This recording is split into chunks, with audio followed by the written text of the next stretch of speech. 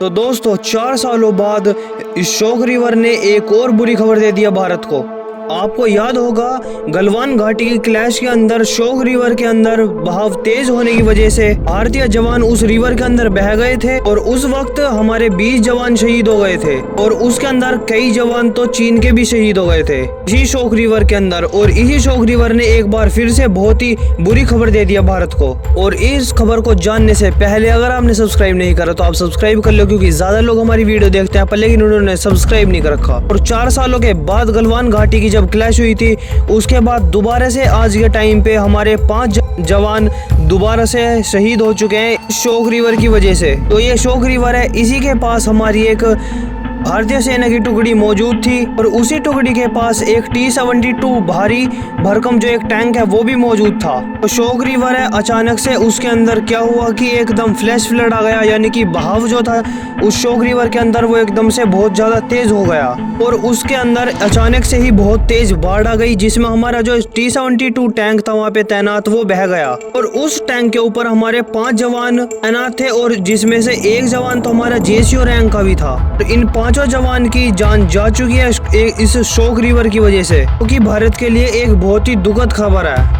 मैं आपको बता दूं इस चीज के अंदर ना तो गलती हमारे जवानों की है, ना गलती शोक रिवर की, ना ही शोक रिवर के बहाव की। इसके अंदर गलती हमारे नीति निर्धारकों की है। ये बात हम सभी को पता है कि जो चीन के साथ ये शोक रिवर लगी हुई है, इस रिवर के अंदर अचानक से फ्लैश फ्लड आना कॉमन बात है। इसके अंदर जो पानी का बहाव है वो कम तेज होता रहता है। इसलिए चीन ने क्या ऑल्टरनेटिव निकाला इसका कि लाइट टैंक तैनात करे इस शोक रिवर के आसपास, इससे कि कभी भी ऐसी फ्लैश फ्लड की अगर सिचुएशन बनती है तो उनके लाइट टैंक बहुत ही जल्दी मूव कर सकते हैं और जितने भी आर्मर्ड व्हीकल हैं उनके सोल्जरों को वो बहुत जल्दी इधर उधर सेफ जगह पे लोकेशन पे पहुंचा देते हैं। जितनी भी वहाँ पर ऊंची जगह प्रेजेंट है वहाँ पे उन्होंने कैंप बना रखे और उनको वहाँ पे ही वो अपने सोल्जर को सेफली बचा लेते हैं, इससे कि उनको कुछ भी इस तरह की दुर्घटना का एक सामना नहीं करना पड़ता। इतने सालों के कहने के बावजूद भी हमारे जितने भी नीति निर्धारक हैं उन्होंने अपने जो एक लाइट टैंक की एक डिमांड है जो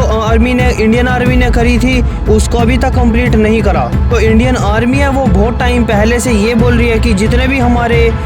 भरकम टैंक है इनको रिप्लेस कर दो तुम, कि अमेरिका का आर्मर्ड स्ट्राइक व्हीकल है उससे रिप्लेस कर दो इन सभी भारी टैंकों को। और अगर इंडियन आर्मी को ये स्ट्राइकर आर्मर्ड व्हीकल मिलता है तो भारतीय सेना को उन सभी चोटियों पे बढ़त हासिल हो जाएगी चाइना के खिलाफ, क्योंकि इस आर्मर्ड व्हीकल से तुम ऐसे जगह पे भी जा सकते हो जहाँ पे सिर्फ पैदल एक सोल्जर ही जा सकता है, वहाँ पे और कोई भी व्हीकल नहीं चल सकता। और आप ये बात भी जानकर हैरान हो जाओगे कि अमेरिका आर्मर्ड स्ट्राइक व्हीकल को इंडिया के अंदर ही मैन्युफैक्चर करने के लिए भी तैयार है, लेकिन 10 सालों के बाद भी आज तक हम उन अमेरिका की कंपनी इसको मैन्युफैक्चर करती है उसके साथ हम डील ही नहीं कर पाए। हमारे नीति निर्धारक हैं उनको पता है बहुत टाइम पहले से कि जो रूस T-72 टैंक यूज कर रहा है यूक्रेन वॉर के अंदर, उसके अंदर अगर रूस हार रहा है तो उसके अंदर सबसे बड़ा कारण है T-72 टैंक। लेकिन रशिया की सेना इसको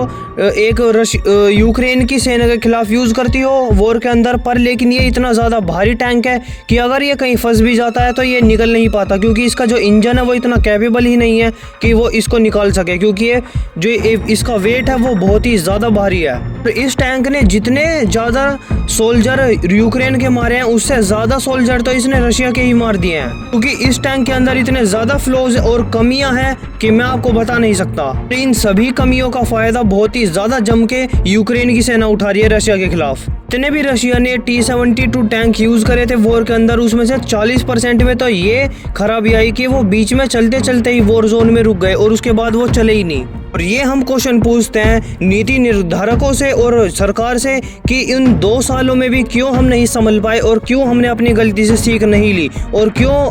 उस जगह पे इतने ज्यादा भारी टैंक हमने तैनात करे हैं और इन सभी T-72 टैंकों को रिप्लेस क्यों नहीं करा लाइट व्हीकल से। मैं आपको बता दूं प्लानिंग तो अभी तक ये भी चल रही है कि हम इन T-72 टैंकों को 2030 तक यूज करेंगे, क्योंकि ये एक तरह से बिल्कुल बेकार हथियार है। इस टैंक का काम ये है कि अपने ही जवानों की